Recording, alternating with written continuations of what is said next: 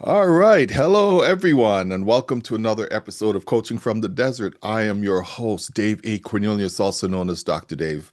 And today we have a truly unique story of courage, adaptation, and a whole lot of heart. We're connected with Michael Tucker, an executive coach who has traded the saguaros of Tucson for the busy cityscape of Riyadh, Saudi Arabia. Michael has just passed well, not just, but he has passed his 90-day milestone abroad. And he's joining us to reveal what it's really like to step into the unknown. We'll discuss everything from the initial thrill of the adventure to his surprising moments of culture shock and how he's discovering his new normal. So get ready for a candid and funny look into a life-changing transition. So welcome, Michael Tucker. How are you, brother?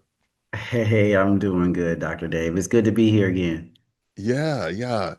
Well, I like to kick it off with a song. You're going to sing a few lines, or you're going to share a phrase or a statement that's truly inspiring. So, I like to start there. Yeah, absolutely. Well, I don't have a song for you, but there's a statement that I have been holding on to for a very, very long time. A friend of mine in Tucson gave me this statement. I don't think he realized that he had given it to me, but it's very simple and is the better it gets, the better it gets. And Mm. I love this statement because sometimes when things are so good in our lives, sometimes we start to look for where the other shoe can drop. And this is just a little reminder that the other shoe doesn't have to drop. You can just keep getting better and keep getting better, and life can continue to bring you all the bounty that's available to you. I think that's great. I mean, that's great, especially in the space and time that we're living in to hear that the better it gets, the better it gets.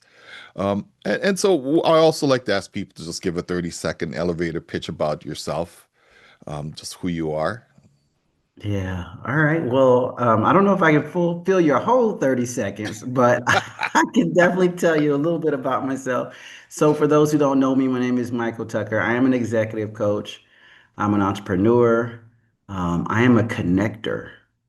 And so my superpower is connecting people with themselves, their dreams, the resources that they require, so that they can live a life that's worthy of themselves. And so currently, I mean, as you mentioned earlier, I'm here in Saudi Arabia. I'm working as an executive coach for the Saudi Electricity Company, where I am responsible for coaching and developing individuals who have been identified as high potential future executives.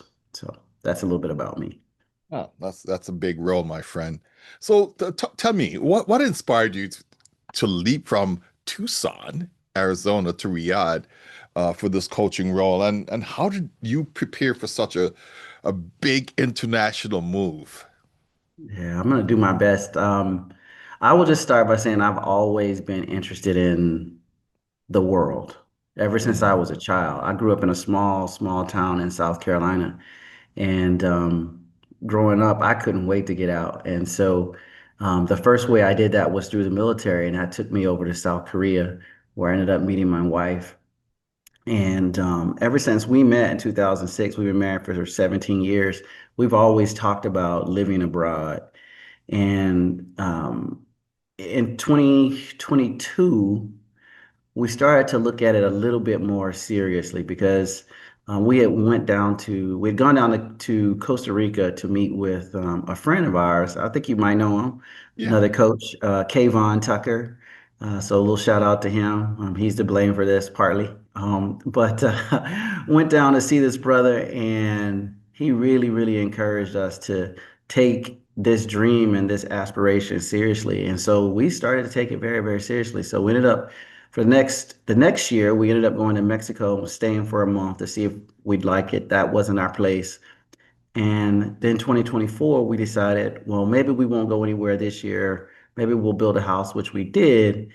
And then one day, as I was leaving one of my clients' locations in Utah, I happened to take a look at my email from the University of Texas, Dallas, where I did my coaching program. I rarely look at this email, but I was in the airport. I didn't have much to do. I opened the email, and there was this position for executive coaches in Saudi Arabia. I hadn't thought about Saudi Arabia. I hadn't thought about the Middle East, but I knew that this was the opportunity that I was going to jump on. And so I did. And after starting that process, 10 months later, I landed in in Saudi Arabia, in Riyadh. And I will tell you, you're talking about preparation. You asked me about preparation.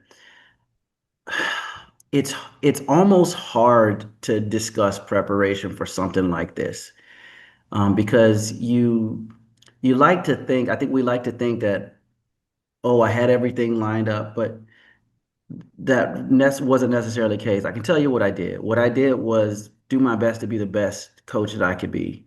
Save up a lot of money because I didn't realize it at the time, but I needed it in order to do the transition. And the other thing I would say was, while I was building the coaching practice there in Tucson, just making sure that I was achieving my goals. And so as a result of doing all of those things, that desire for something greater was being built inside of me, along with these conversations about moving abroad. And so this is the result. Yeah, that's big, dude.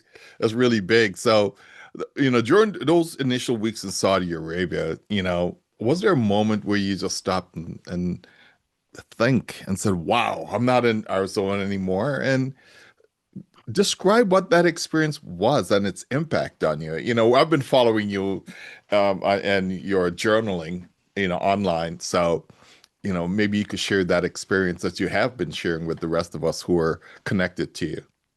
Yeah, I appreciate that, and I appreciate you reading the Substack. And I know I owe y'all some more some more Substack articles. Um, but what I will tell you is that the moment I realized that I wasn't in Arizona anymore was the moment that I landed in the airport in Riyadh. I get off the airplane and I go to the restroom, like you normally do when you get off the airplane, after flying for all of 24 hours. And then I see this man in the restroom standing on one foot, washing his feet in the sink, washing his other foot in the sink. And I had I had never seen this before, but I was aware of what was occurring because I had been studying a little bit about the culture, studying a little bit about Islam, and watching shows on Netflix like Rami and Mo, where I realized what he was doing was what they call making wudu, which is cleaning himself before prayer. Mm. And when I saw this, I thought three things. The first one was, number one, I am definitely not in Arizona anymore. Number two, this looks very dangerous, and I hope that this brother is on firm footing. And number three, how devout must this man be to take such an action that's so great, and how amazing this country must be to support him in that. Yeah. So it was, I mean, I mean, it really hit all at once.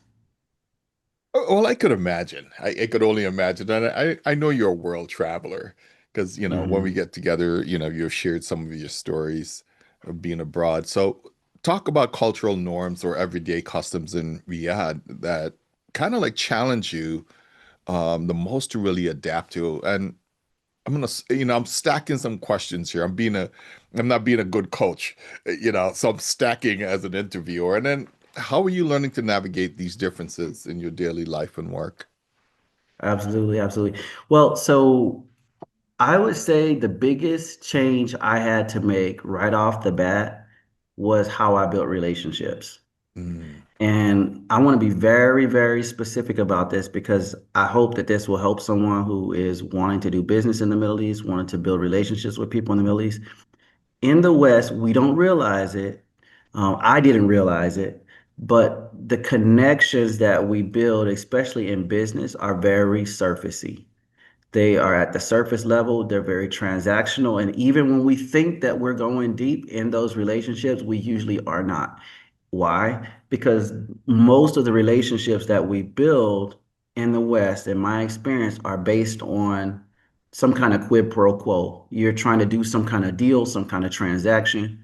yeah. And what I learned right away is that you cannot go straight to the deal. You cannot go straight to the transaction. Where you have to go and dealing with folks here and being with folks here is to the heart. You got to start there. You have to start from the heart. You got to get to know them. You have to understand their family situation. You need to understand all the different things in their world that are impacting them and show care and compassion for that. Once you do that and you have a relationship, a real relationship, then they might talk to you about business. Then they might talk to you about their coaching concern. But I will tell you that was a really, really big shocker. And it's interesting because relationships here in my experience are more than just a nice thing to have. It really is about survival on Mm, so many different levels. So it's really important. I'll say a couple other adjustments. There's a culture of hierarchy here, and there's a strong degree of respect for hierarchy because I'm not living in a democracy. I'm living in a kingdom, and hey, the the crown prince could wake up and say something's going to be different, and there it is. You mean, and that being said, what I have experienced being here is a great level of care for this leader. I mean, the people they love this leader, and they see him as their brother, not as necessarily a leader per se. And so I have nothing but good things to say about the leadership here. That being said, there is a system of hierarchy, and so you have to be patient with that system of hierarchy because it is not always going to go the way that you want it to go. That being said, there's also, because of hierarchy, I think there's also a very leisurely approach, a very, very easy going way to life. And so there's a saying that people say here a lot. It's inshallah, God willing. mm. So I'll see you tomorrow, inshallah, because you don't know how things are going to change between now and tomorrow. So yeah, those are some things that are different. The last thing I'll say is just the commitment to family is unlike anything that I have ever seen. It is absolute. And on Fridays, because Fridays and Saturdays are our weekends here, that the family is going to the mosque, that the family is together, and you're not going to see your friends because they're with your family. It is very serious. And so these are just some things to get used to.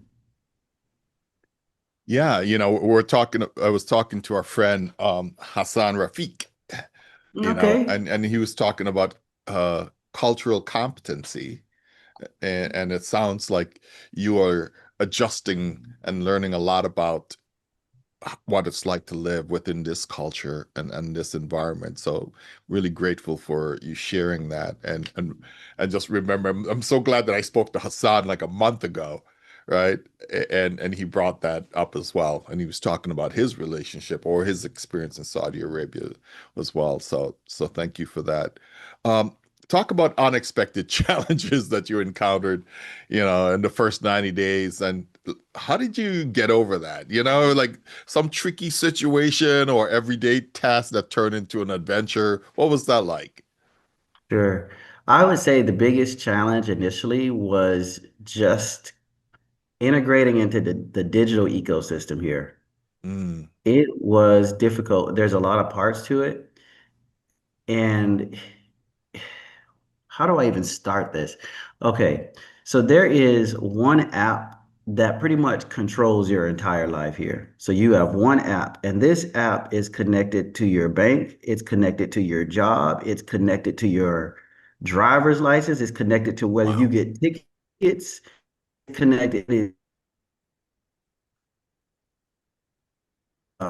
your residency loaded into this app, and that's a whole process in and of itself. And then you have to make sure that all these other things around these different services that govern your life are working. And so you have to move through each of these services and connect with them one at a time.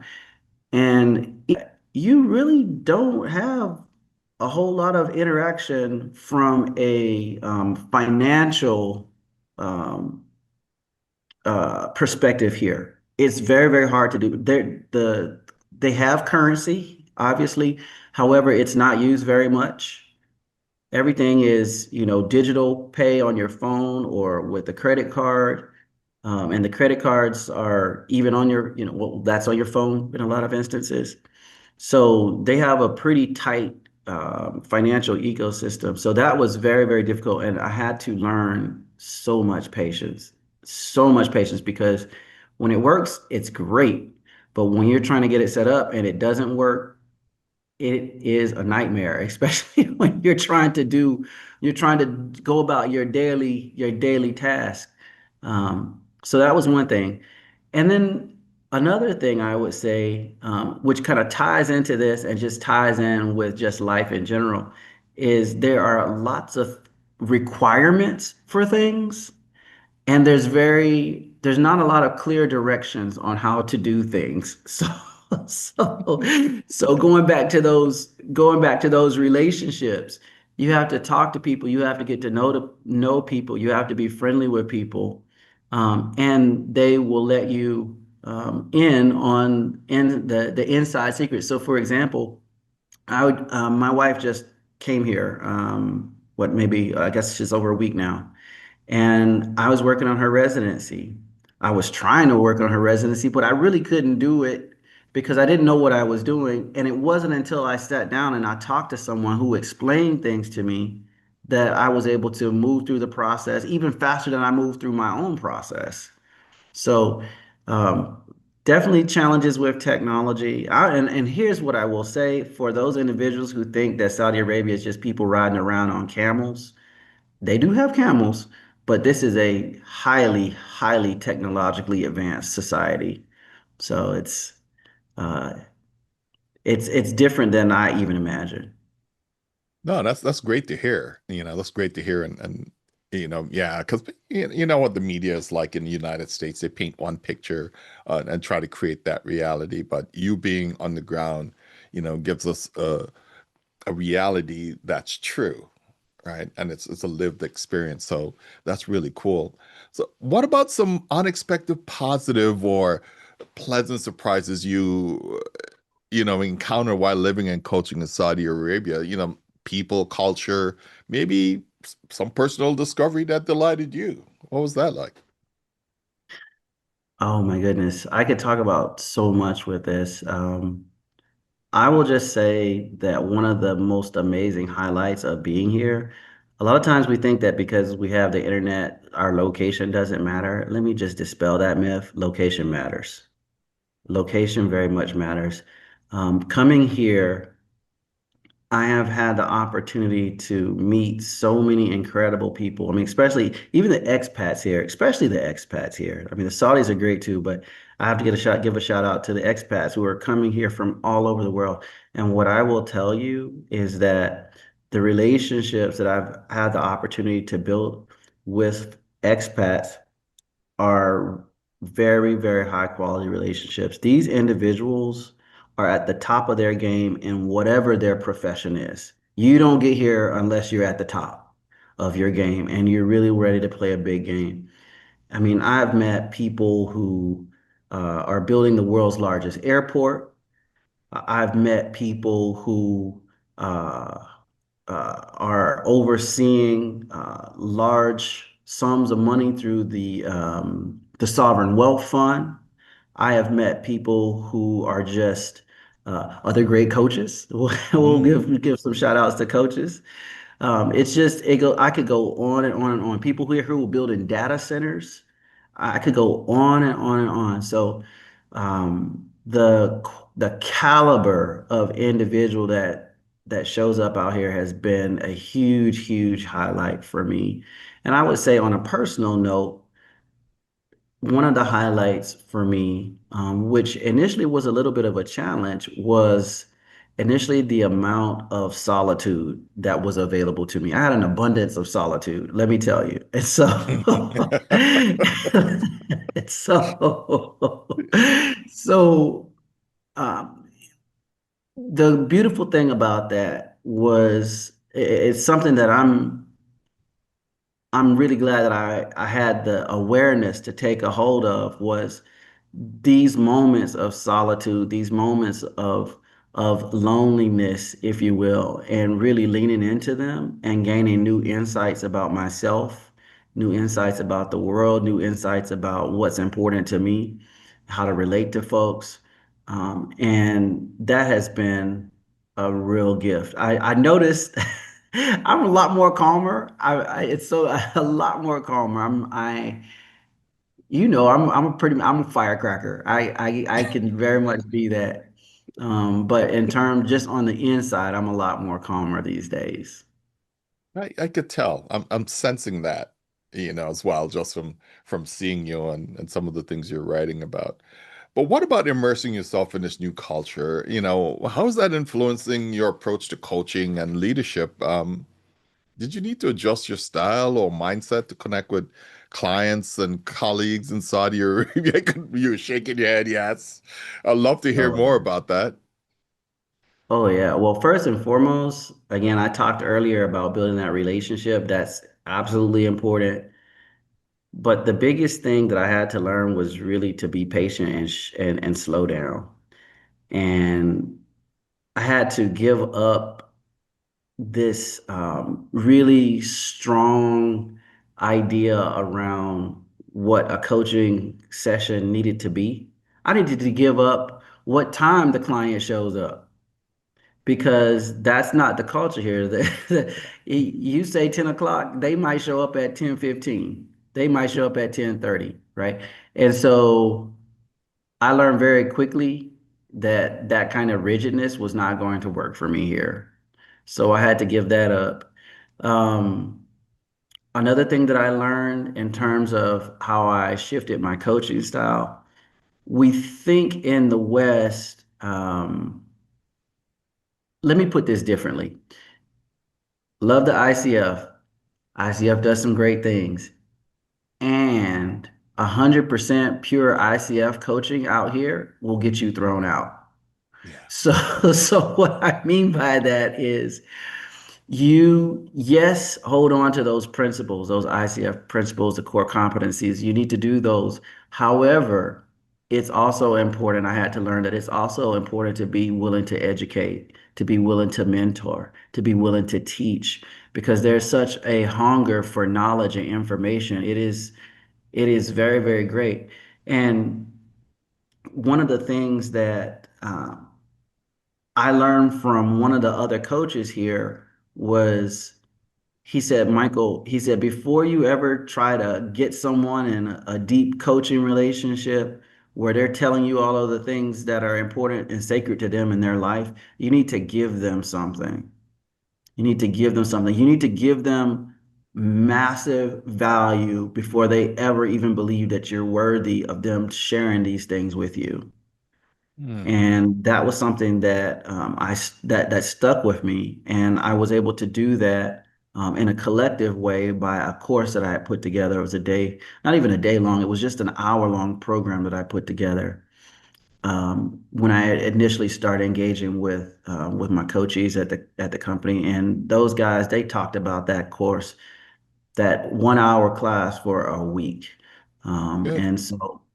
I think that's one of the things that really gave me a little bit of credibility early on. And it's something that I find that I'm constantly making an effort to build. Trust is so important and building it is so important and it's it takes effort to maintain.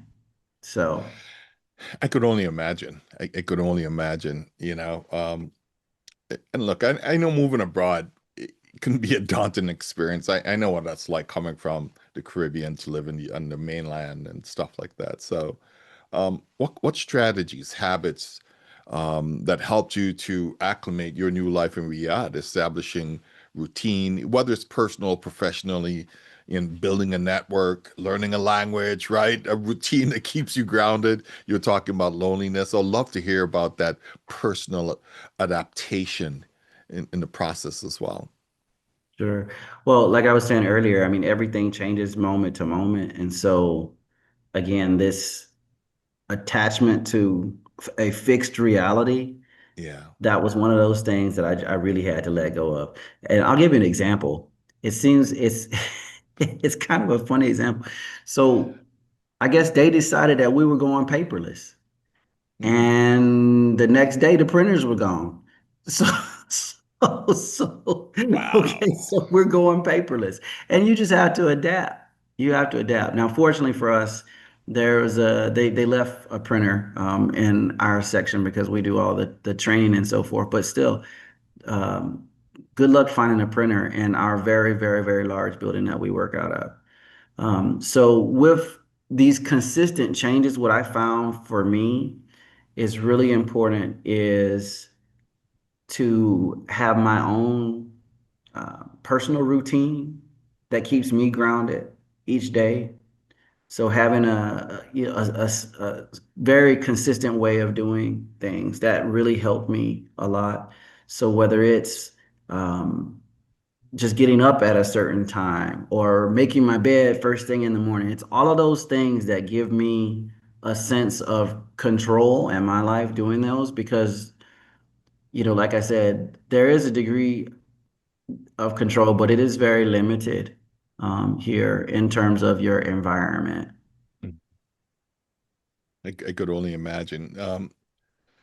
So the last questions that I have, and we have some guests who are hanging out. They may have some questions after this. So, in terms of guidance for aspiring coaches who wants to go abroad, be on your adventure, what are three insights to share with people listening to this podcast who may want to take this leap? What are three things that you would give them? Sure. Well, first of all, I would say if you want to move abroad, make the commitment first to do it, and then everything else will fall in place. Mm. And the reason that I say this is because my wife and I, we had been talking about it for years, but it wasn't until we made the commitment that things actually start to happen. And then when you get to your new location, do your best to make the best of it. And if you're American or British or South African or wherever you're from, I would encourage you to just learn a new culture. Be innocent, learn a new culture, and give up how you think things ought to be based on the culture that you come from. Because I will tell you, it takes a lot of energy. And I was just talking to my wife about this the other night. It takes a lot of energy, and there are a lot of things that need to go right energetically within me and in my life in order for me to operate at such a high level. And so because that's the case, I am very diligent about protecting my energy. And so if you are one of those expats and you are so locked in to where you're from and you're having a difficult time letting that go, and you want to talk about all the things that is wrong with the place and how people ought to do things different and how, all of these kinds of things, that will be the fastest way for you to lose my presence because I will not be around. I Mm. just, you really have to just accept where you are and just lean into that. Um, and I think the last thing I will say, I don't know if that's three, maybe this is four, but the last thing I will say, and what's working for me is just rest more than you think that you need to. Because when you move abroad, there there are so many things that are going on in your mind. There are so many things that are pulling on you emotionally, energetically, and you might not even be aware of them in the moment. But those things tug on you, and you need to rest and take care of yourself. So those are some words of guidance that I would share. Thank you. Thank you so much. I know we have some guests here. I see Dr. Deborah Clary. I see Jay Abe. We have Miriam Spinner. I mean, do you guys have any questions, or guys, ladies, have any questions that you would like to ask Michael? Some stuff that you'd like to gain some insights on? You could come on camera. I mean, if you choose to, open up your mic, um, fire up a question if you choose to.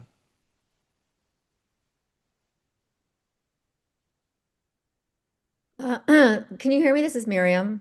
Hi, Miriam. Hi. I'm just curious about the language. Did you learn the language, or is English a common language there? How did the language piece work? Sure. So Arabic is the primary language here, and I have not learned the language. I have started and stopped several times in that process. However, what I will say is that it is important to be able to say some things in Arabic just to just to move through the world, and I'm still learning that. From a coaching standpoint, because I'm coaching senior leaders, a part of the requirement for them to be in the program that I lead is an English competency. So now, that being said, you really have to be patient and listen to them because English is not their first language. And so their accent may throw you off. Um, the pace might be a little different than what you're used to, but you really just have to slow down and listen. And that takes energy, it takes effort. So learn a language if you can, but if you're again working with senior leaders, there's generally an English competency requirement. Okay, thank you. Yeah, You and then bet. Deborah Clary, she said, I spent time in Saudi Arabia in January, and I would assume January of 2025, and she agreed how lovely the people are.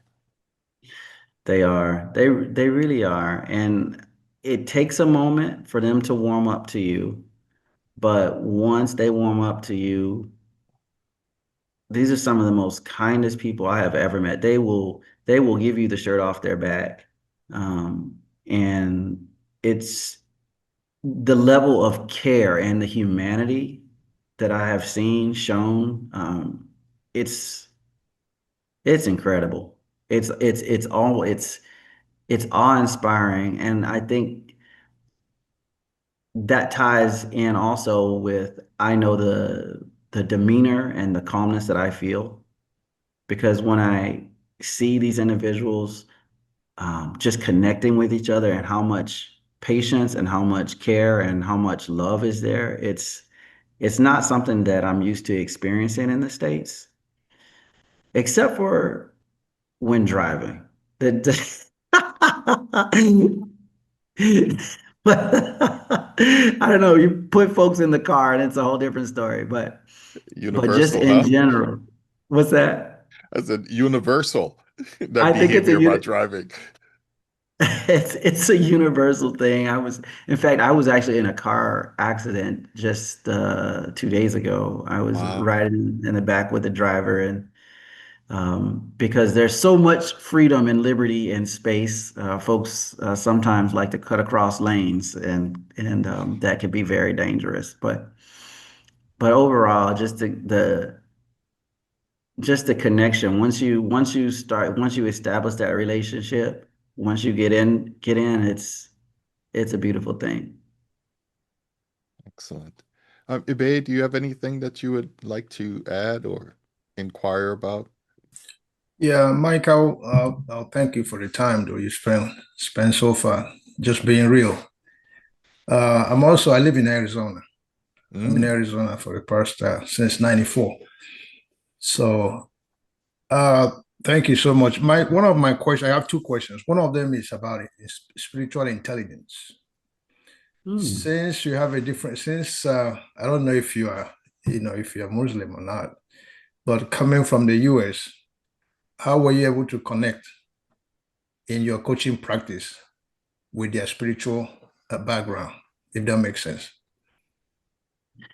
That is such an incredible question, and I love it. And I can only answer this question in the way that I can answer it. Somebody else might approach it differently, but for me, when I think about spirituality, it's inclusive of all things. And so for me, when I'm sitting with clients, regardless of what their religion is, I'm able to just meet them where they are. I mean, it's funny. I was having a whole conversation just 2 days ago with a client of mine, incredible conversation. And we were talking about his goals, but we were tying those to principles of Islam that were important to him. I'm okay with that. And I make space for it and I invite it, I welcome it because at the end of the day, when we're looking at developing the total capacity of the human being, you can't just leave out the spiritual aspect of that human being just because you don't understand completely what's important to them. I mean, he was giving me a whole lesson and everything, and and I was game for it. And it was a beautiful experience. So for me, the way I see it is, and often I get people asking me this question, what's your religion? And I tell them my religion is love. I love you all. That's where I'm at. Somebody else might approach it different, but that's where I'm at. Yeah, I've done some work in Dubai.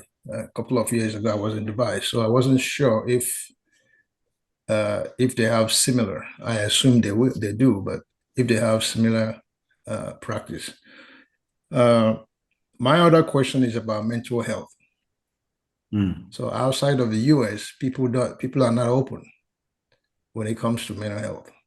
So have you come across in your coaching practice where you have the feeling or you have the sense of referring somebody to a mental, in other words, have they been able to open up in terms of their, you know, mental issues where you have to refer them to a psychologist or a therapist? Or how do you handle that?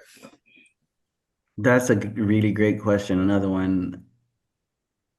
I don't necessarily get a lot of conversations that are related to mental health. However, what I have experienced is conversations connected to grief. And that Okay. is a conversation that is universal. And um, sometimes that grief can be really strong in whatever capacity it is for that person. And I'm very comfortable. Um, and I remember one conversation where I did explore this with an individual. I asked them if they had ever considered therapy to Mhm. deal with, the things that were going on in their life. And surprisingly, this person had, and they were getting the care that they needed. But it's not a topic that I hear about a lot. And I think that maybe the more time I spend here, it might surface a little bit more. But in the first 90 days, very little. Okay, thank you so much. Yeah, thank you for your questions. No You honor problem. me yeah, with them. I appreciate it. Yeah. Um, any other questions before I close?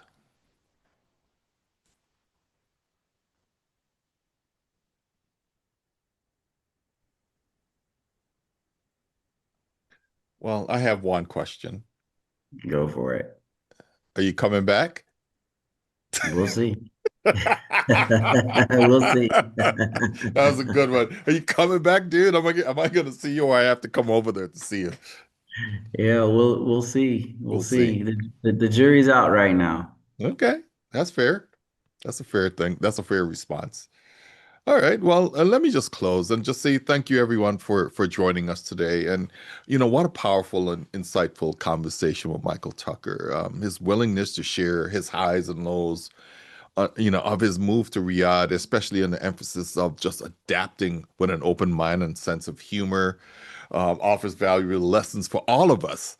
It's clear that these early experiences are really shaping him not only personally, but making him more flexible and culturally aware coach in a global sense. So, Michael, thank you for your incredible honesty and for inspiring us with your resilience.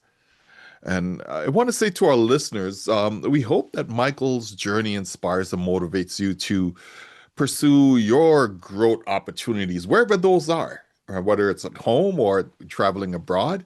I hope this just gets you up to start taking the next step, whatever that step is, and wherever they may lead you in the process. So just remember, thriving as a leader often requires stepping outside your comfort zone and learning to connect on new levels. So with that, I'm going to say be well and we look forward to connecting soon. Thanks, Michael. Anything else? So you're the last word on the recording. Live courageously. Thank you. My definition of coaching is helping people achieve their level of awesomeness. I'm coaching from the desert. Coaching from the desert. Coaching from the desert. Coaching from the desert. Coaching from the desert. Coaching from the desert.